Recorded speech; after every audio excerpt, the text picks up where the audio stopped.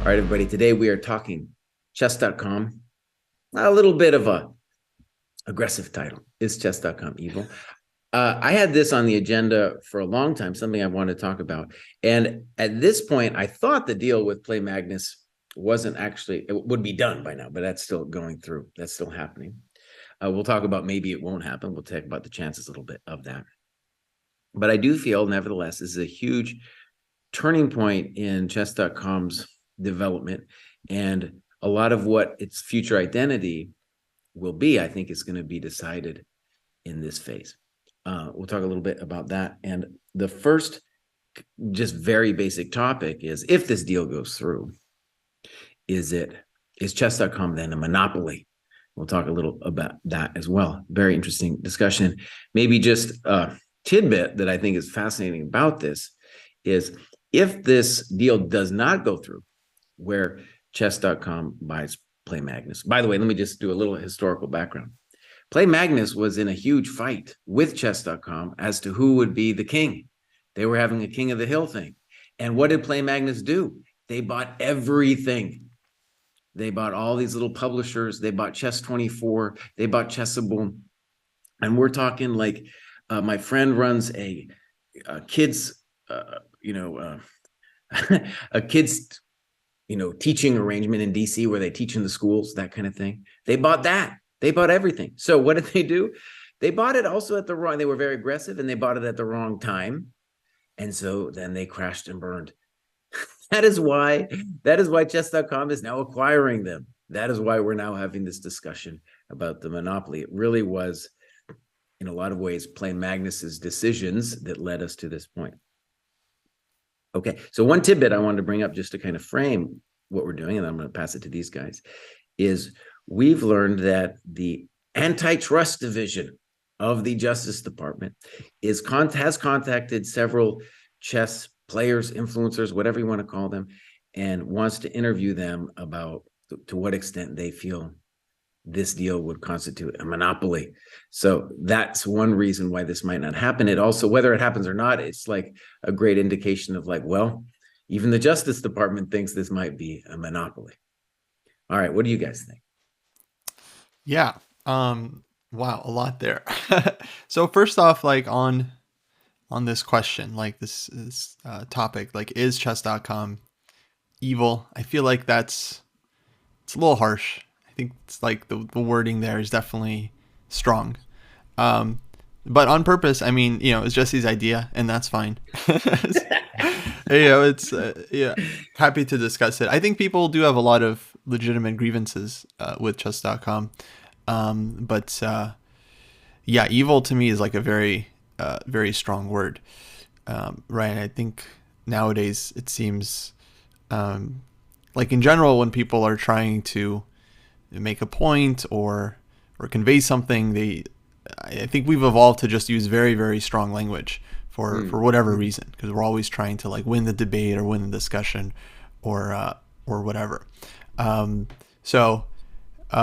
guess we'll get into a lot of stuff. I feel like there definitely are things that chess.com can be criticized from like different perspectives, like whether they're getting too big or whether they're too like cutthroat as a business or what have you. But then there's like also like a lot of like minor things where people like end up getting like their pitchforks out and like they start writing essays about it. And I really feel like in the grand scheme of things, it's like not really huge potatoes. Actually, I should note, me and David, we did a whole Dojo Talks earlier when the first news broke that chess.com was going to buy Play Magnus. So people can definitely go listen to that to kind of hear like our, hour-long thoughts when that first happened. But just to like summarize what I was thinking back then, I definitely felt like it's a big deal. Like, I mean, chess.com is buying, arguably their biggest competitor by far. And it already seemed like a market where it was like chess.com versus chess24. And then, of course, there's like Lichess as well, but definitely not like, competitor in the money sense. So them buying chess24 is huge. And I definitely felt like they could absolutely be turning into a monopoly. I think David was saying that it's maybe not so simple. There's still Lichess, there's still like YouTube, so there's still plenty of other chess communities that are competitive with Chess.com. But yeah, I should also say, to me, it wasn't clear that them buying Play Magnus was a bad thing, because if the alternative was that Play Magnus just goes under and everyone loses their job and then all the sites get shut down, then I don't see how that would be great for the chess world. I imagine Chessable, probably stays open. They seem pretty profitable. But yeah, if all the other sites just like shut down and Play Magnus like shut down all their operations, I think that would be very, very sad. So Chess.com buying them and then helping them keep like the Play Magnus brand alive in some sense, like I think might be better than the alternative. Though a lot of people were very very upset by it. All right, over to David. Okay, a lot of things there. I mean, for one thing, capitalism just tends towards monopolies, period, right? So like as Kostya says, it's not about chess.com buying people or not buying people. Like it's just the inherent nature of it, right? Play Magnus was going to disappear or be absorbed. I mean, things tend that way. And I would say that chess.com is not yet a monopoly, but I would still say that, they look poised to be a monopoly at some point, potentially, right? I mean, they're a competitor for eventually having this monopoly. But as Kostya alluded to, I think there are three important competitors to chess.com still. They are Lichess, Twitch, and YouTube. And right now, I think that chess.com has not fully realized that their true competition is Twitch and YouTube. And so they are currently losing that fight. Just like the working class is currently losing the fight to the capitalist class, because the capitalist class is waging class warfare against them, and the working class doesn't fully seem to realize it. So when you're not even fighting the war against your true opponent, then you're going to tend to lose it. So I think chess.com is definitely not a monopoly right now. I think Twitch and YouTube are gaining more and more market share in terms of chess education compared to 5 and 10 years ago. So it's not, but at the same time, as I would say, they're clearly not a monopoly. I would say that they have an unhealthy market share. So, I mean, I think it's a bad thing. Okay. First, I guess I should defend my intuition in calling this show It's Chess.com evil. First of all, I just want to say on a personal level, I don't really, especially when it comes to persons, I don't believe in evil. I think that's like a inheritance of our religious past that we use that word. Well, if you're just clickbaiting, Jesse, then I think you're evil. The reason, though, my intuition tends that way, where I think it's an interesting, or at least my intuition thought it was an interesting framing, was that they already were doing certain practices that seemed unhealthy and even counterproductive that we're going to get into. And then when they buy this thing, I think it puts them in the position to perhaps even accelerate those bad practices. In our own experience, as just the little fish in the pond, right? They don't let us stream on Lichess or on Chessable or whatever it was. And there were certain, like, let's say, unhealthy things like that they were doing that I think are going to accelerate. In particular, like they bought Play Magnus maybe at a too high of a price. And now they're going to have to, once this deal goes through, they're going to have to fire everybody at Chessable and everything just to make it work. Right. And that's going to become a really weird thing. And so, I think, by the way, I totally disagree with David. I think they're definitely a monopoly. Now I think the only way you could accept David's framing of it is if you were thinking about like eyes on screens. But if you think about who's playing on whatever app, well, they own them. And that's where most of the chess is happening. People playing Blitz online. Well, there's also Lichess for playing. Right. But when we talk about market share, we're talking about who makes money, and Lichess doesn't make any money. So But they're still that's what I mean. competing for they're competing for your users. And if they get all the users, then chess.com makes no money. I'm just saying, when I define monopoly, I think about market share, and market share is who's making money, and Lichess isn't making money. So that's why, to my mind, what percent of the users do you have? Well, we disagree on that. Okay. I think it's who's making money. You know? No, it's an interesting question. I mean, chess.com could be making all of the chess money, and then it could still be like 50-50 or 60-40 or 70-30 of people playing like on one side or the other. But and the analogy that I like is to compare it with the news space, where you got Wikipedia is very similar to Lichess, run by users, fed by donations. And imagine a world where then outside of Wikipedia, it was just one news group, whether it was Fox or CNN or whatever it was. Imagine it was just one news group that had all the news. It would be like, oh no, that's obviously a monopoly.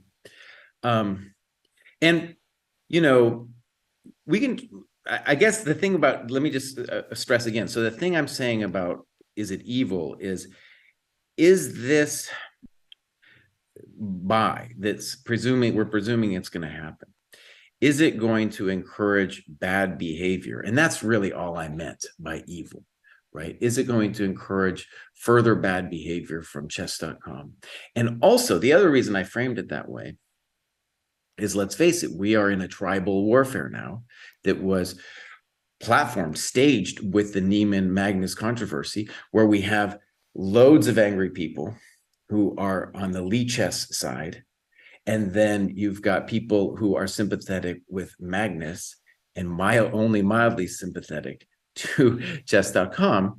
And so those people definitely see chess.com as evil. And so one of the things about being evil, right, it's not just about what you do, but it's how you are perceived. And that's definitely a feature of what's happening here. And if they play Magnus, as it seems they're going to, then they will be increasingly seen as evil. So that's why I put it that way, right? There's a variety of ways in which this is not going to be to chess.com's benefit, because they're going to be seen as this ogre on the top of the hill, especially then when they do their exclusivity things, where it feels like they're this ogre and they're just slapping everybody down. No, Jesse, you can't stream on Lichess. No Puzzle Storm for you. It's like, you've already won, boss. You've already won. Give me a break. Mm-hmm. It's a good point, Jesse, that like you're using a word that you've seen other people use online, and that there's like a faction of people who think like that. So you're referring to that whole debate. Yeah. Yeah. Well, there's definitely a danger of that, what you just mentioned. And I think that's what people are rightly afraid of. As usual, I don't know. I kind of think like the truth is like somewhere in the middle. Definitely don't think the people working at chess.com, any of them, are individually evil or even bad people. I think most of them, everyone I met, are actually quite good, decent people. But yeah, when you work for like a business and you have to put like the business interests, kind of first, then I can imagine people can be driven to do all sorts of things that are maybe like, ethically or morally questionable in the business world.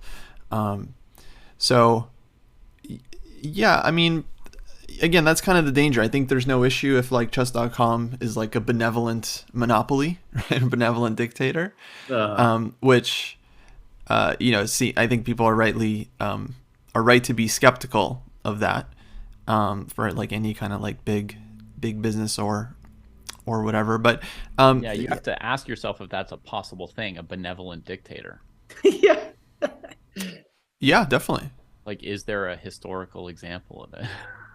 Well, or a benevolent monopoly? I think obviously it's no, I think it is possible. I think there are good people out there. The issue is just like there's many people working and many different incentives driving, and it's like it really feels like the whole system that's driving the evil practices versus, again, individual people being like, waking up and like, today I want to be evil towards the chess world.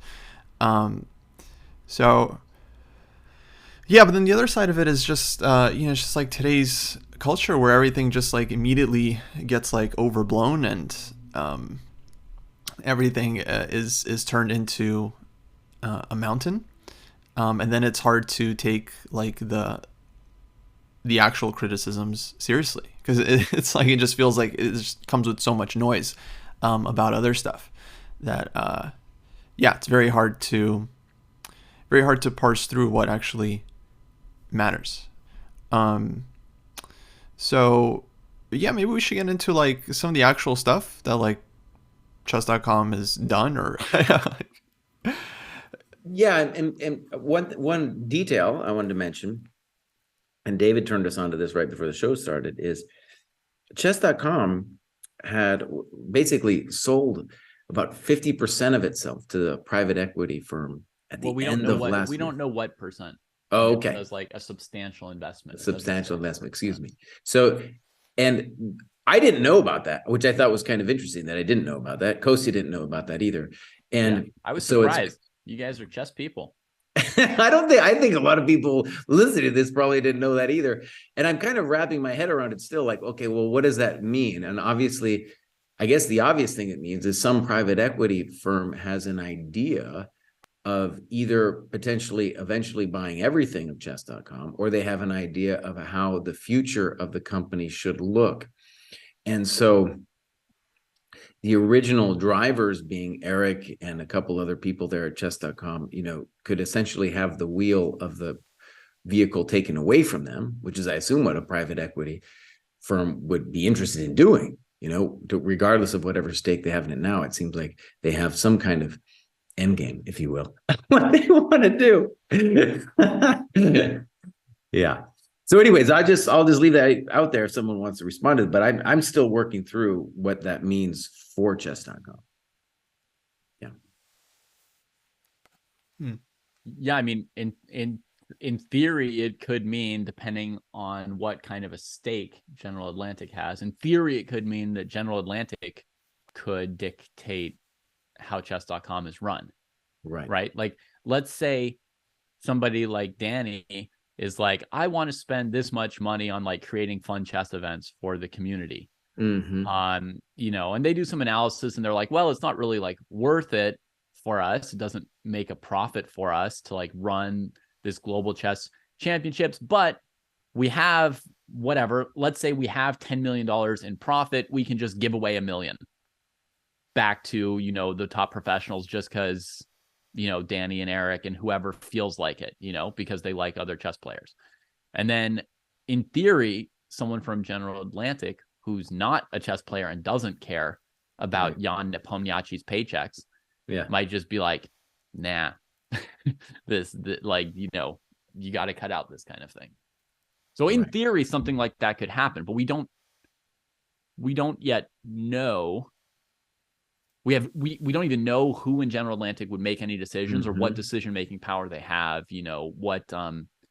what their stake is, how many votes they would have, et cetera. I mean, what we do know is that this past year that, 2022, that they have had their stake, there hasn't been any obvious deviation in how chess.com functions. Like, I haven't seen a difference between 2022 chess.com and 2021 chess.com. I'll give you a difference. They bought Play Magnus, boss. That's one difference.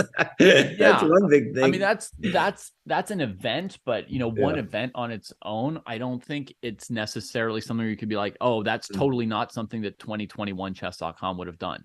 Like, if Play Magnus had decided to give up a year ago, would chess.com not have been willing? Well, arguably they might not have had the money back then either, right? I mean, this is a huge investment where they got cash from these people to do precisely something like buying Play Magnus. Yeah, they may not have had the cash sitting around, but would they have contemplated some kind of deal? Maybe so. And there are other ways you could structure a deal like that. Like, you could give people in Play Magnus some stock in the company that you're going to have after you buy them, instead of giving them as much cash. Right. Like, you could be like, we'll get, like, you've got 1% of Play Magnus. We take over Play Magnus. Now you've got, 0.1% of chess.com or something, to an individual holder. So there are other ways they could structure it, or they could have tried to find financing just for the deal, specifically, right? Like, they could have borrowed money in order to acquire them, or they could have just bought Chessable, or they could have, done something. So I don't think that this move is inconsistent with the way chess.com has done business in the past. Okay. Yeah. So should we go on to the next question on Jesse's list?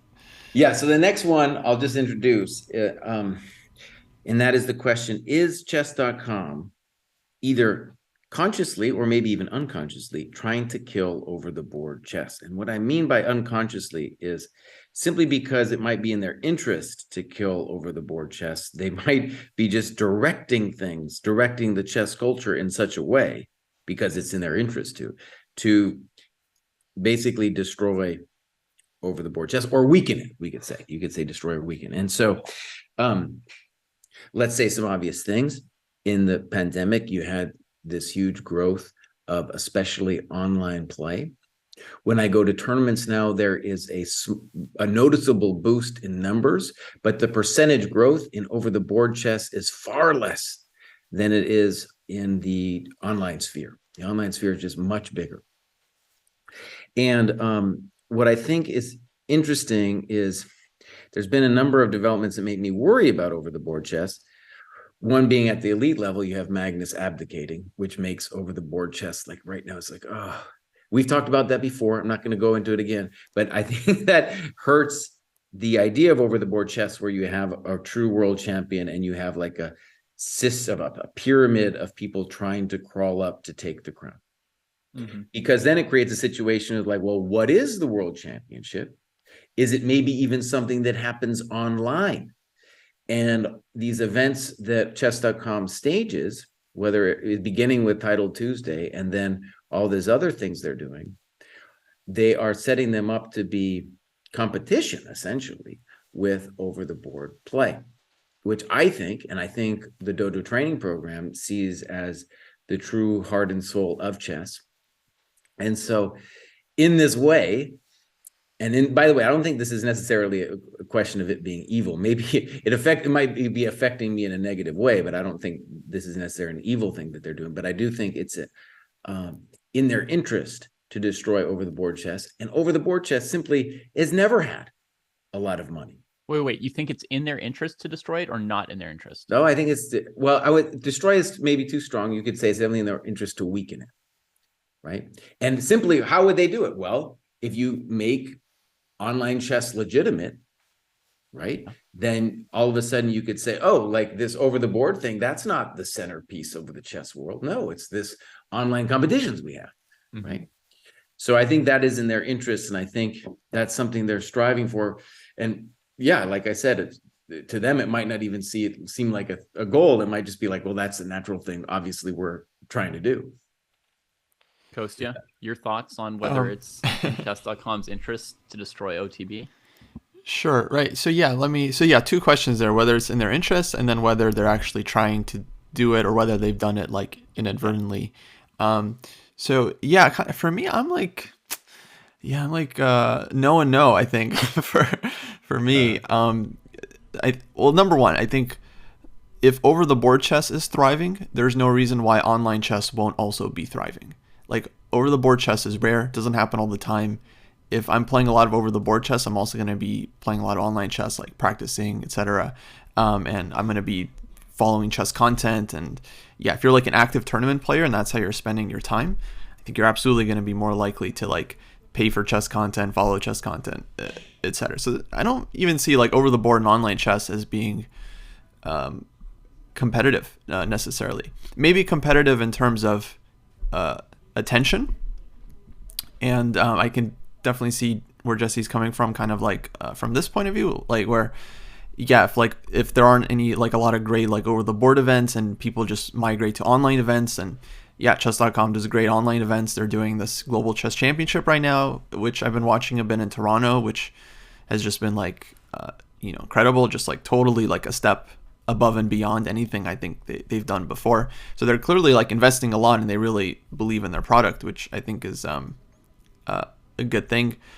But I don't think they're like actively trying to harm over the board chess at all. I think on the contrary, I mean, they were sponsoring the FIDE Grand Swiss for a couple of years, which led into the candidates.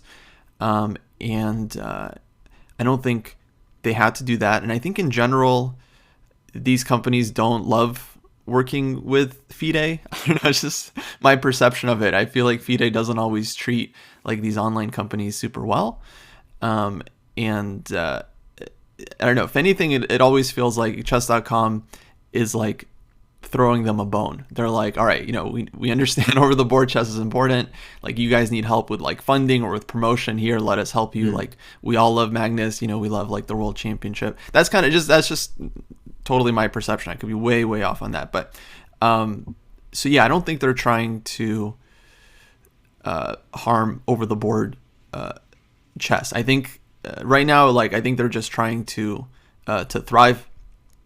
And I feel like, the way they might even be helping things, it's like, it kind of does feel like they are a competitor actually to like FIDE and just like over the board events, again, like in terms of the attention.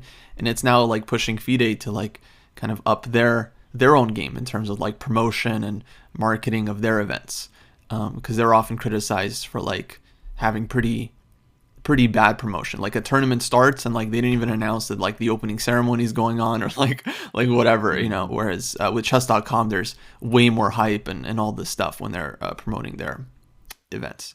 So yeah, no and no for me. Okay. Yeah, I also think like, okay, there are some ways in which a player could have a choice between playing OTB or online, and a spectator could have a choice between watching an OTB event and watching an online event, right? Like, you could choose to watch the FIDE women's candidates match, right? Or you could choose to watch the Global Chess Championship, right? And you're sort of choosing between an online event or an OTB event. So that's two different kinds of customers, right?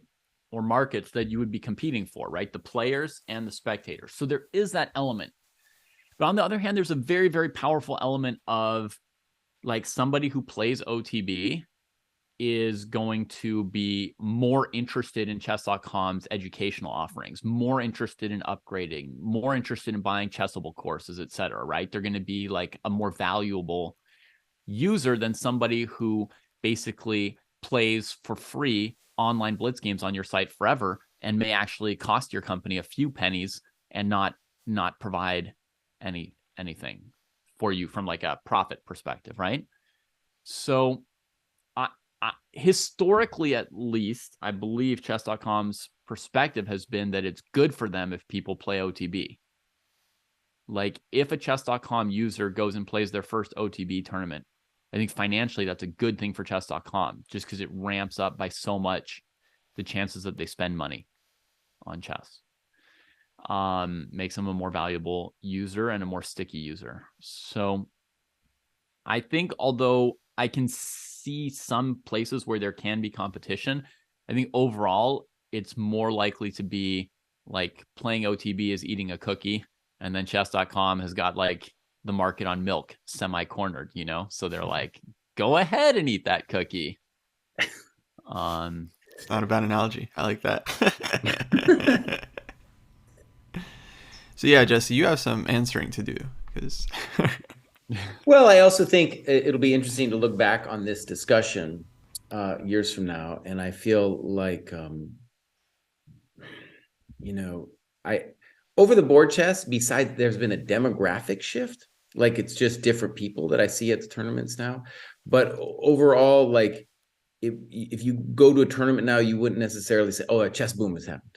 You wouldn't necessarily know that. But if you look, but the online world, and we see this in our training program too, it's like we have so many people in our training program that have never played an over the board game. And there's this very interesting, let's call it addiction of and habit, getting used to the online world, where chess.com has, but we can put it like this way, all internet stuff, whether it's Facebook, Instagram, it's all designed to suck you in and not never let you out. That's what it's designed for. That's a good design. And so chess.com has created this environment where we have loads of people coming into the chess world who then get used to that app, basically what it is, right? And they're playing all the time. They're into the metrics of that app. And so instead of it being the metrics of the over the board world, no, it's the metrics of this online world. And it's addictive. And then people are like, wait, when you ask them what their rating is, they're like telling you their chess.com rating and not the over the board rating, right? So what I mean by looking back on it is like, is chess.com going to create something equivalent to, say, the IM title, the GM title? Interesting question. I don't know. That would be interesting ways in which it's trying to say, look, our app is the center of all the world. And I think that's what that's in their interest. The answer, Jesse, is they should. I've suggested that to them long ago. It would make a lot of money for them if they would have an online IM and GM title. Yeah, something like, I mean, and that's what I do it. That's what I mean by, like, are they trying to kill over the board chess? Is it subconscious in the sense that, like, it's in their interest? It's in their interest to be the center. Well, the ironic thing I should say on that is that FIDE has come up with their own online titles. Like, you can now become a FIDE arena. That's what they call it, the online arena. You can be an arena IM, an arena GM. It's actually quite ridiculous because to become like an IM, you need like a 1700 blitz rating or some like random number. It's really low. But they are selling these titles online. So it's funny that FIDE is doing it because I think it totally devalues their own titles. And it's also actually look like clowns because they implement it so badly.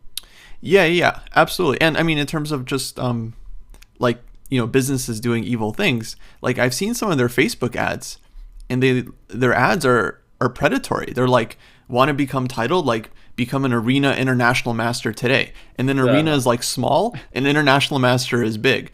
So if you're like, club player 1200, you see the words international master, like grandmaster, you don't know the difference, like arena GM, like you don't realize this is like a phony title. It's crazy. So yeah, thankfully I honestly haven't seen chess.com doing that. And I think part of the reason is because it's like, it's like real players working there. Like Danny, he's an IM. I feel like, I don't know. I think if you're a title player, you have a little bit of an aversion to making an online title. But I agree with you, David. I agree that it would be a good idea for them. I think they started with these leagues. I think that's definitely a start where you now have like kind of something to play for with your online rating other than just the number. So it's probably just a matter of time before they do bite the bullet and just kind of introduce their own titles. And by the way, I think, let me just add one point to this, David. So maybe the main reason, I should have prefaced this at the very beginning, but like the main clue to me is like how this is killing over the board is they don't have a classical rating. Their little rapid thing is like 15-minute games. So you got loads, their longest time control are these rapid games.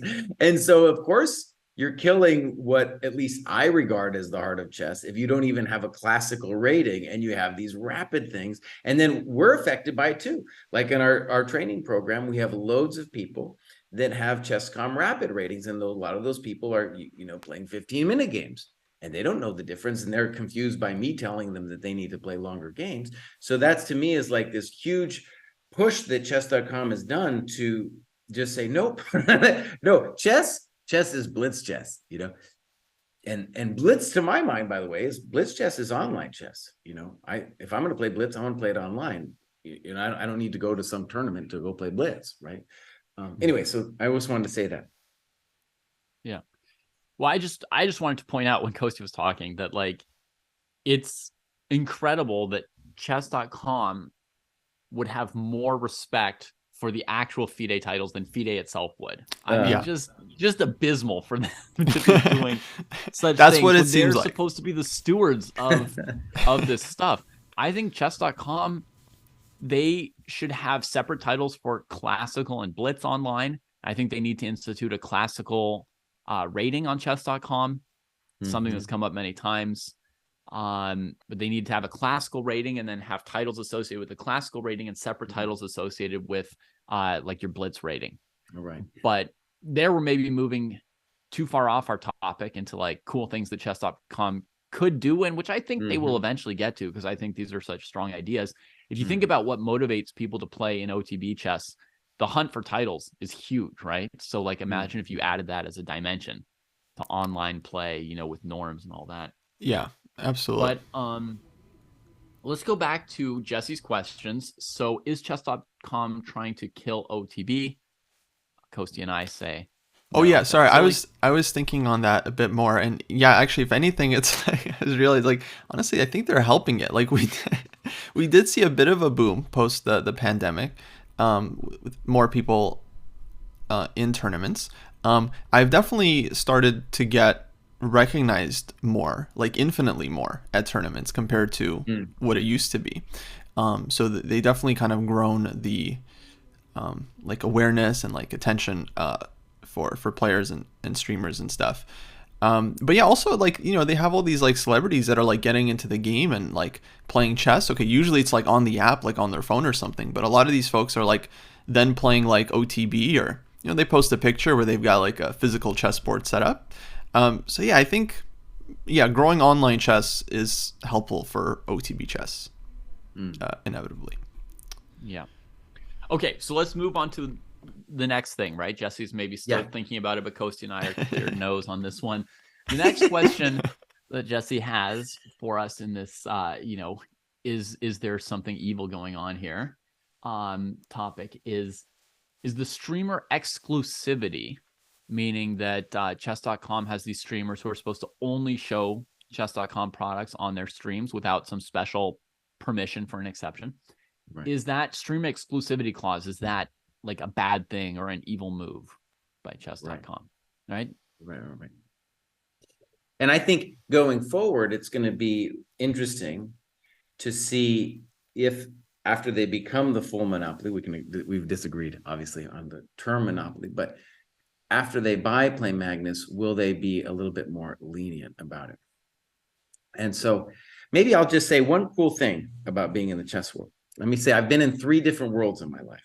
I was in the academic world, and I was, let's say, in the writerly world, both because I wrote a novel and I hung out with a bunch of writerly people, and then I've been in the chess world. The academic world and the writer world are evil places because they're markets that aren't expanding, they're in fact shrinking. And when you're in a shrinking marketplace, people are evil. They do evil things. They're like elbowing each other. They're like, someone else is trying to come up, and they're like, no. They're trying to give like a little morsel off your plate. They're like, no, you can't have that. That's my spot. Get out of here. Whereas, and even worse in the writing world. Oh my God, even worse. No one's helping anybody. So then in the chess world, it's been really cool, especially the last couple of years, where people have been really cool about helping other people grow this whole thing, grow the game. It's actually very cool. Like, for example, I'm doing a stream, I raid somebody, I'm not even thinking that I'm giving people to a fellow streamer or whatever. I'm in competition. No, please go over there, watch this guy, whatever, fine. So there's been a very cool atmosphere. And I think that's not because chess players are cool. They are cool. but I think the reason for that is because we're in this expanding marketplace. So people can feel more generous with their competitors and not as elbowy, right? So then it really strikes me as cruel when chess.com does this exclusivity stuff. And it's like, bro, yeah, come on, man, come on. And so just if you're listening, you don't know what we're talking about. For years, I've been trying to do like streams with, let's say, Chessable, or streams where I do something on Lichess. I have some files on there. The ChessDojo has some files on Lichess. ChessBase, I want to do stuff on there on stream. And they've all said no, except recently. And maybe this was just a mistake of one of their minions. But one of their minions said I could go with ChessBase. And then I asked again, and they were like, Chessable, no, you can't do Chessable. So that's felt really weird. And I'm hoping that that changes. But that felt like this really cruel turf war stuff that ultimately I don't think is in their best interest. I don't think it's in your best interest to do that because it does make you seem evil. And if you share, especially in an expanding marketplace, you just share with other people, they're going to reciprocate and do things for you. So it's both a problem and something I'm looking forward to see how they change with that, because I think this is a critical point in their history. Obviously, they're going to change both with this private equity company getting them and then acquiring Play Magnus. So obviously, it's a chance for their culture it will be a decisive point in how their culture evolves. Yeah, so let me clarify one thing here. So I do think chess.com used to be a lot more lenient about this, especially in regards to like using ChessBase on stream. But a big difference, it happened like maybe like 2 years ago or so, was they installed this automatic embed on their site, and I think that's been the cause for a lot of these issues, because in the past it's like to get promoted on chess.com, you have to sign up for like Chess TV. You got to like pick your slot, you tell them what you're doing, then they put you up. Now they embed all their streamers all over the site automatically, which is a great thing. It's one of the best things I think they've done for streamers, because now you just go live as a chess.com streamer and your stream will get shown to at least a few more faces, and it's rotating. And okay, there have been arguments about like who gets the biggest share of the embed, but our stream has definitely benefited from it being presented on people's like homepage or Chess TV or whatever. But then the issue that presents, which I think is very, very valid from chess.com's point of view, is that if we're on stream and not using their site, we're on Chessable, Lichess, using ChessBase, why would they put us up on their embed, right? Like, it makes no sense. I'm not saying that it's a great idea that they have this exclusivity, but certainly makes no sense for them to promote us if we're just going to be using like a rival site, at least while we're streaming that site. And so it kind of ties their hands a little bit with this automatic embed thing, because in a general sense, I'm with you. I would love to just be able to stream whatever chess sites and softwares I want, and then just have them promote me when I'm using chess.com. And that's how Lichess does it. For Lichess, you put lichess.org in your stream title and they'll promote you. They'll promote you on their page. If you don't do it, they won't promote you, because I think they're scanning like the Twitch titles. But it's a very simple system, and it makes sense. But yeah, with chess.com it's a little bit different, again, just because of this automatic embed thing. And before that was installed, I think they had a lot fewer issues when we were like using ChessBase. Not so much with Chessable and Lichess. Those are pretty direct competitors, but hopefully Chessable will change soon. Yeah, I mean, you have to ask yourself this question: what does chess.com get out of the streamers, right? Like, if they help to publicize your stream, what are they getting in return for it? And I think the only thing that they're getting in return for it is that the streamers are using chess.com and thus showing people, to use chess.com, basically. So then if you don't do that, it's like, why are they, what's the nature of the agreement if the streamer then doesn't use chess.com? Well, we are also creating content for creating good content for their page, where we're usually using chess.com. I mean, that's what we are doing for them for free. The question is, how usually are we doing it as chess.com? I mean, as far as like creating content, like, we're creating the content for ourselves, and the fact that there's an embed on their page, I mean, that's not generating anything for chess.com. That's them trying to direct traffic to us. It's something they came up with to try to support and help streamers. And so what we do for them is using chess.com. And, if they knew that people were loyal and trying to promote their things, but occasionally doing something else, I think you could have a way where that would work, but that requires sort of person to person sort of figuring things out and talking to each other and saying like, look, I want to do this one thing, but yes, I'm always telling people to sign up on chess.com or something like that.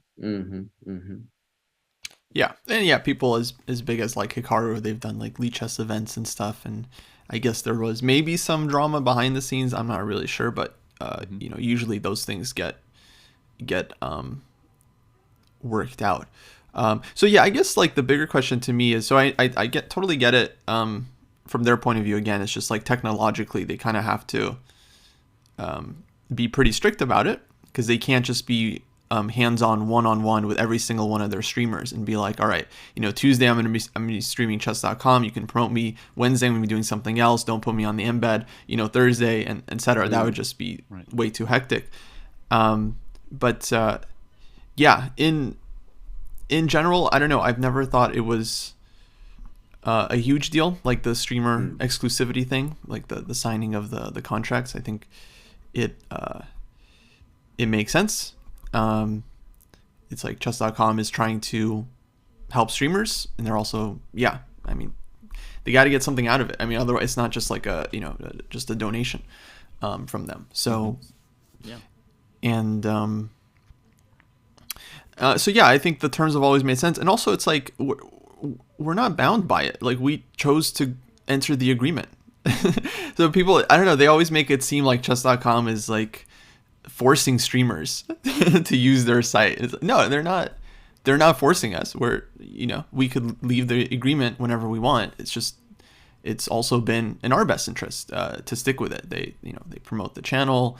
We generally use their site anyway, for like analysis boards and playing and stuff. So it's always made sense from our point of view. But yeah, actually, in an ideal world, it'd be great if all the sites were friends and we could just do whatever we wanted. Yeah. Honestly, historically, the exclusivity thing that I didn't like was when there were sort of like chess.com or play or play Magnus players who would not play on tournaments or events on the other site, right? Because so chess.com for a number of years, their flagship event was this what did they end up calling it? Their sort of Blitz Championship, right? The Speed Chess Championship. Speed Chess Championship, they called it, right? Okay. I used to call it the death matches. But anyway, and they would have like a knockout bracket of 8 and then later 16, like really, really top players. And, the final would be like Magnus beats Hikaru. And it was amazing, awesome, And then Play Magnus started to grow and develop its own ideas. And Magnus stopped playing in the chess.com events. He stopped playing in Speed Chess Championships. He stopped playing in the Pro Chess League, etc. And that was a move which I thought was pretty unfortunate.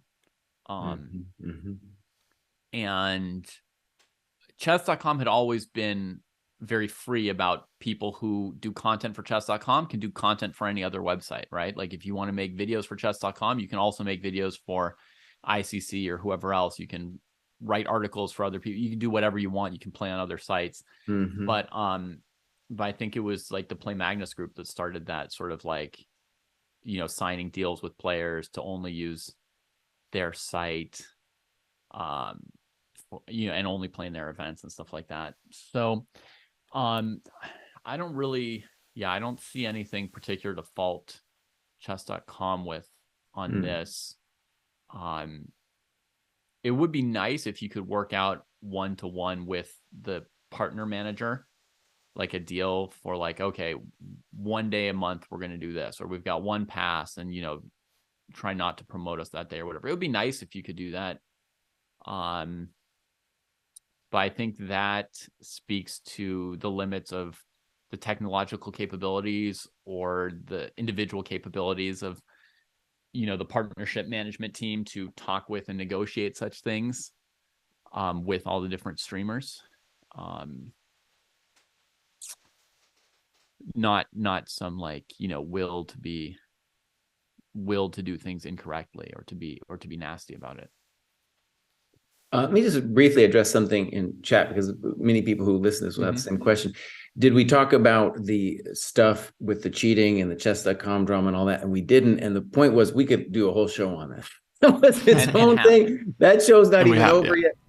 But I think the only thing I want to bring that in for this current discussion is when we have the tribal divide between people who think chess.com is evil and those who don't. That is one of the decisive events in creating that barrier between one tribe and the other. So in this question of is chess.com evil, like that was one of the instances where what I saw online, by the way, is people who are normally like, I think politics and tribal stuff can make you stupid. It can make you blind, like because then all of a sudden, all of your assumptions just fit into whatever good or evil thing you have in your mind categories.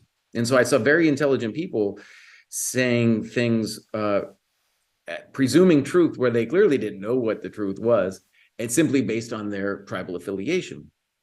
And so I think that's a big part of let's call it the social economy or whatever, the social world in which we live in, where chess.com, it's not just a question of did they do moral things good or bad, but then they have this question of being the big bad ogre, who is sometimes not, people don't feel is necessarily transparent. So anyways, that's a big, thing that came up, and I think is going to continue to split the chess world in two. And today was interesting, of course, because I was putting, I think, pretty mild complaints onto chess.com, and I was talking to two chess.com apologists. I was talking to two apologists, which is fine. Maybe we'll get a fire breather on the show at some time, a Lee Chess fire breather. Then they'll come at you guys. I don't have super strong feelings about it, but I do think this is an interesting turning point for chess.com and their culture. And they could become evil. And in particular, I don't know, evil. I don't want to stress that word too much, but like we said before about this decision to play Magnus at the exorbitant price at which they bought it, they are going to have to fire everybody. And then all those sites that people were using, whether it was New in Chess or Everyman or Chessable, all those sites are going to get cut down to be something else than they were before.